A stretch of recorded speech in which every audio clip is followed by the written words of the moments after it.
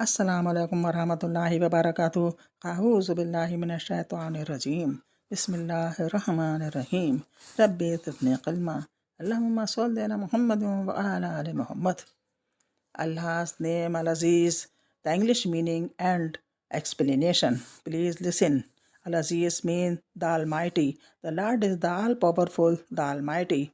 I live in Surah 66 ayat. Allah is the conqueror that is never conquered and never harmed because of his might, glory, force and pride. All that is in the heavens and the earth magnifies him. He is the Almighty, the All-Wise, 59 Surah 24 ayat. Glory be to your Lord, the Lord of glory, above all imputations, and peace be upon the apostles, and praise be to Allah, the Lord of the universe. 37 Surah